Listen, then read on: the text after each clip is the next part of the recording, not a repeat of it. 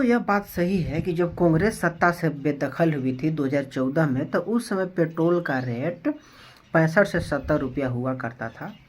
और आज 10 साल में पेट्रोल का रेट 30 रुपया, सिर्फ 30 रुपया बढ़ा है और 100 रुपये तक आ गया है। इसी प्रकार से उस समय जो सिलेंडर का जो रेट होता था ना, वो वही लगभग 500-600 होता था, लेकिन आज समझिए कि उसे दुगना हो गया।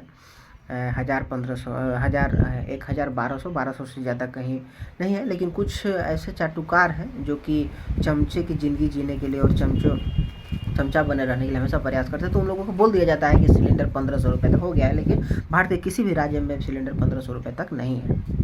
लेकिन अब सोचिए कि वो बात थी 10 साल पहले की, और आज हमारे सैलरी में, हमारे मजदूरी में कितना इजाफा हो चुका है। लेकिन आप यदि थोड़ा सा बढ़ा करके गैस को पैसा देते हैं, और यहाँ तक कि आपको 5000 का फ्री में सिलेंडर मिल रहा है, चूल्हा मिल रहा है, इसके बाद यदि आपको 1-1000 रुपये से भरवाने के लिए बोला जा रहा है ना, तो उसमें हमको नहीं लगता कि ज़्यादा लूट मचा रखा है मोदी सरकार। लेकिन लोग तो यही बोलते हैं कि मोदी सरकार लूट मचा रखी है, क्योंकि जिनको विरोध करना रहता है ना, वो किसी न किसी बात पर विरोध कर ही लेते हैं। अब देखिए कि कितनी शर्म आनी चाहिए इन विपक्षियों को, जो कि बात बात पर आकर के केंद्र सरकार को घेरते रहते हैं। पहले आप देखते थे कि किस प्रकार से लोग 4 बजे भोर में जा कर के गैस के जो एजेंसी होती थी वहाँ पर जा कर के अपना कूपन कटवाते थे, और फिर 12-1 बजे जाते थे गैस लेने।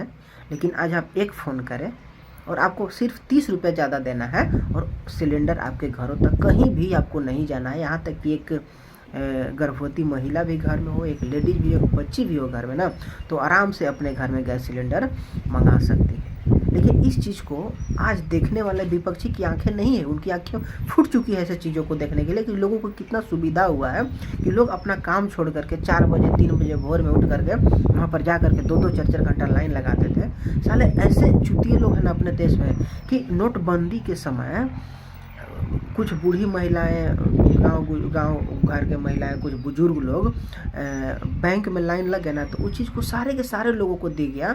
लेकिन पहले पानी के लिए कितना लाइन लगाना पड़ता था, गैस सिलेंडर के लिए कितना लाइन लगाना पड़ता था, राशन के लिए कितना लंबा लाइन लगता था ना, इस चीज़ को किसी भी चुतियों को नहीं दिखता, किसी भी चमचों को नहीं दिखता। तो सोचिए कि कैसे उनकी आंखें हैं। मैं नहीं कहता कि आप विरोध मत कीजिए यदि सरकार गलत कर रही है। आज बेरोजगारी का मुद्दा है, बहुत सारे पढ़े लिखे युवा हैं जो कि बेरोजगारी से जूझ रहे हैं, उनको नौकरी नहीं मिल रही। लेकिन काबिलियत के अनुसार यदि किसी में काबिलियत है तो उसे प्राइवेट काम भी मिल रहा है, जिसमें कि वो अच्छी खासी 30-40 हज़ार रुपये कमा लेते हैं।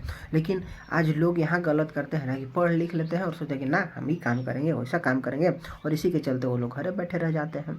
तो थोड़ा सा है कि हम भी देख रहे हैं कि पहले के कंपेयर में जितना बहाली निकलनी चाहिए थी, वैसा बहाली नहीं निकल रहा है। जितना स्टूडेंट की लंबी लाइन है, जितना स्टूडेंट की संख्या है, लेकिन फिर भी मैं नहीं कहता कि लोग गरीबी से जूझ रहे हैं। आज देश में पैसे, ऐसा नहीं है कि पैसे नहीं। आप कहीं पर निकल के देख लीजिए ना जी, गांव हो शहर हो, कहीं पर भी हो, नए नए घर बन रहे हैं, नए नए बिल्डिंग बन रहे हैं। तो कहाँ से बन रहा है? फोकट में बन रहा है। कहीं से न कहीं से तो उनके पास पैसा तो आ ही रहा है ना।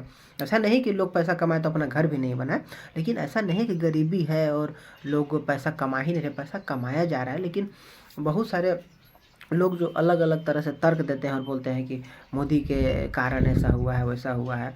और आप देखिए, तुलना कीजिए, जितना अपना जो सेल्फ कारोबार लोग करते थे ना 2010 से पहले, 2014 से पहले, उसमें कई कई गुना का बढ़ोतरी हुआ है। लोग अपना सेल्फ अर्न बने हैं और अपना स्वरोजगार उत्पन्न किया, और बहुत सारे लोग अपने खुद से अपना घर में स्टार्टअप शुरू करके बहुत ही अच्छी खासी पैसा कमा रहे हैं। ये चीज़ बदलाव आया है।